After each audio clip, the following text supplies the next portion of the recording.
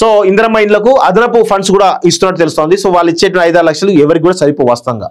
So ఇంకొంచెం బెటర్గా ఇస్తే బాగుంటుంది. సో మొత్తానికి అయితే సెంట్రల్ గవర్నమెంట్ స్కీమ్స్ ఏవైతున్నాయో వాటి నుంచి కూడా ఇవ్వాలని అంటా ఉన్నారు. చూద్దాం ఒకసారి.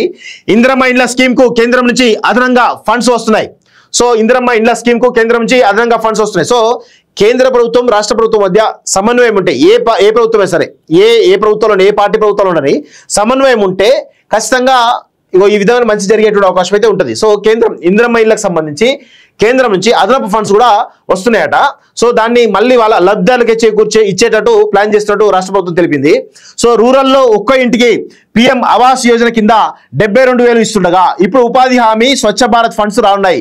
ఇందిరమ్మ స్కీమ్ కు ఈ 2 పథకాలు అనుసంధానం చేస్తే హౌసింగ్ శాఖ సెక్రటరీ VP గౌతమ్ ఉత్తర్వులు జారీ చేశారు. ఒక్కో ఇందిరమ్మ ఇంటికి ఉపాధి హామీ స్కీమ్ కింద 27,000, స్వచ్ఛ భారత్ మిషన్ కింద 12,000 కేంద్రం నుంచి రాష్ట్ర ప్రభుత్వానికి అందనున్నాయి. ఇంటి నిర్మాణం చేసుకున్న లబ్ధిదారుకి ఉపాధి హామీ కార్డులు ఉంటే ఇంటి పని కింద 90 రోజులు పనిచేసినందుకు కూలీ కింద రోజుకు 300 చొప్పున కేంద్రం రాష్ట్ర ప్రభుత్వం చెల్లించనున్నాయి.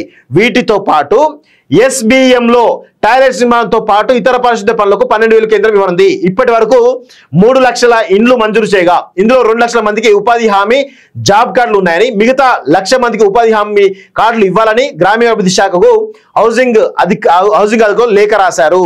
సో దాని ప్రకారం మొత్తానికైతే ఇందిరమ్మ ఇండ్లకు సంబంధించి 39,000 కేంద్రం నుంచి ఉపాధి హామీ పథకం కావచ్చు, మిగతా ఆవాస్ యోజన కింద ఇస్తున్నట్టు చాలా స్పష్టంగా అర్థమవుతుంది. ఇది ఒక మంచి కొంత పేద వాళ్ళకి, బడుగు బలహీన వర్గాలకి కొంత ఊరటిచ్చేటువంటి అంశం. తొలి దశలో పేదవాళ్లకు మాత్రమే ఇల్లు మంజూరు చేసిన ప్రతి లబ్ధిదారు ఉపాధి కార్డుకు అర్హులుగా ఉన్నారని అధికారులు చెబుతున్నారు. రూరల్లో ఒక్కో ఇంటికి PM ఆవాస్ స్కీమ్ కింద 72,000 ఇస్తుండగా 39,000 అదనంగా రానున్నాయి. మొత్తం ఒక్కో ఇంటికి 1.11 లక్షలు రాష్ట్ర ప్రభుత్వానికి కేంద్రం నుంచి అందున్నాయి.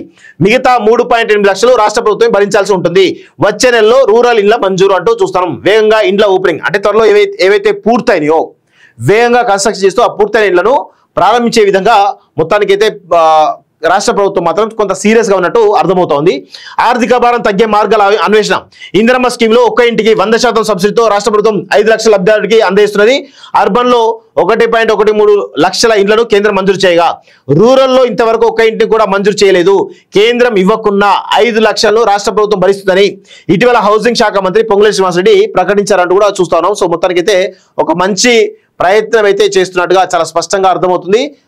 అంటే రాష్ట్ర ప్రభుత్వం కేంద్ర ప్రభుత్వం మధ్య సమన్వయం ఉంటే ఇలాంటి బెనిఫిట్స్ జరుగుతాయి పేదవాళ్ళకి.